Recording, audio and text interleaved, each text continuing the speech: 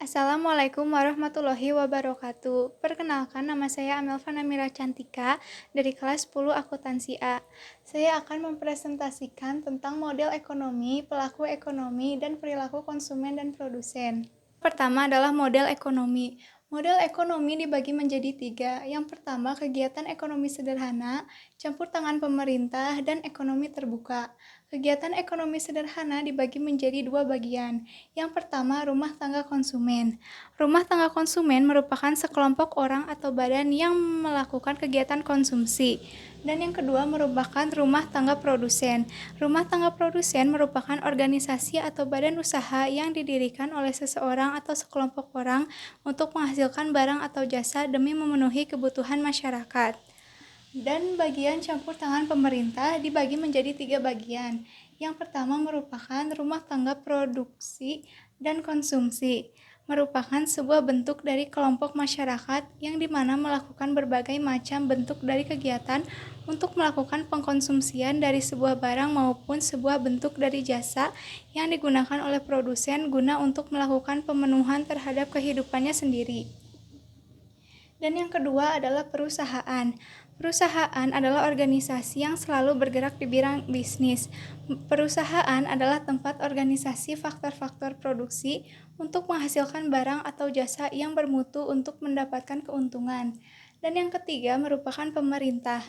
Pemerintah adalah yang mengendalikan perekonomian untuk mencapai tujuan ekonomi tertentu. Dan yang terakhir merupakan ekonomi terbuka. Ekonomi terbuka ada 4 sektor. Sektor pertama merupakan sektor rumah tangga. Sektor rumah tangga terdiri dari kelompok individu yang dianggap homogen dan identik. Dan yang kedua merupakan sektor perusahaan. Perusahaan merupakan gabungan unit kegiatan yang menghasilkan produk barang dan jasa.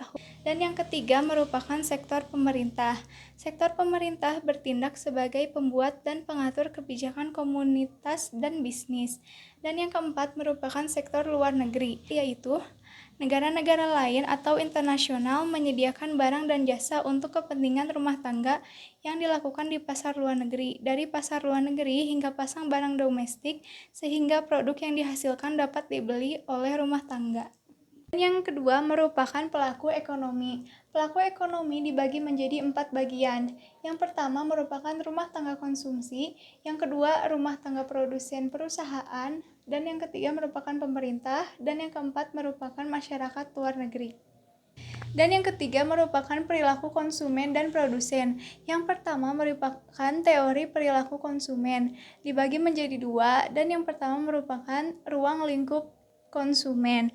Ruang lingkup konsumen meliputi produk apa yang mereka beli, alasan apa mereka membeli produk itu, kapan waktu yang baik untuk membeli produk tersebut, dan juga di mana tempat yang tepat untuk membeli produk dan berapa lama mereka membeli dan juga berapa lama mereka menggunakannya. Dan yang kedua adalah pendekatan perilaku konsumen. Pendekatan perilaku konsumen dibagi menjadi dua. Yang pertama kardinal. Pendekatan kardinal merupakan pendekatan yang mengandung analisis konsumen yang berdasarkan kepada asumsi yang menyatakan bahwa tingkat kepuasan yang didapat konsumen dapat diukur dengan satuan tertentu. Dan yang kedua merupakan pendekatan ordinal. Pendekatan ordinal merupakan sebuah pendekatan yang berfungsi untuk mengukur kepuasan konsumen dengan angka ordinal atau relatif.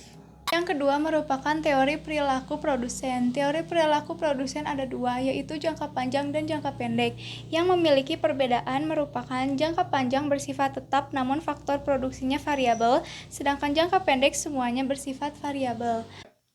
Yang ketiga merupakan biaya produksi yang meliputi jenis-jenis biaya produksi dan proses produksi.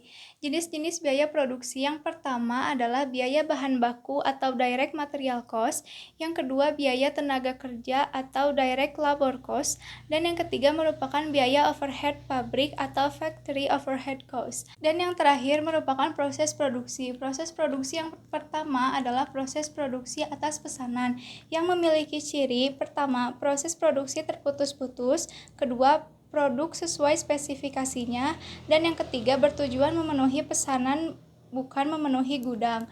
Dan yang kedua merupakan produksi maksa. Produksi massa adalah jenis produksi terus-menerus atau berkelanjutan yang masa kerjanya memang membutuhkan waktu berkelanjutan. Sekian presentasi dari saya tentang model ekonomi, pelaku ekonomi, dan perilaku konsumen dan produsen. Mohon maaf jika ada salah kata. Wassalamualaikum warahmatullahi wabarakatuh. Terima kasih.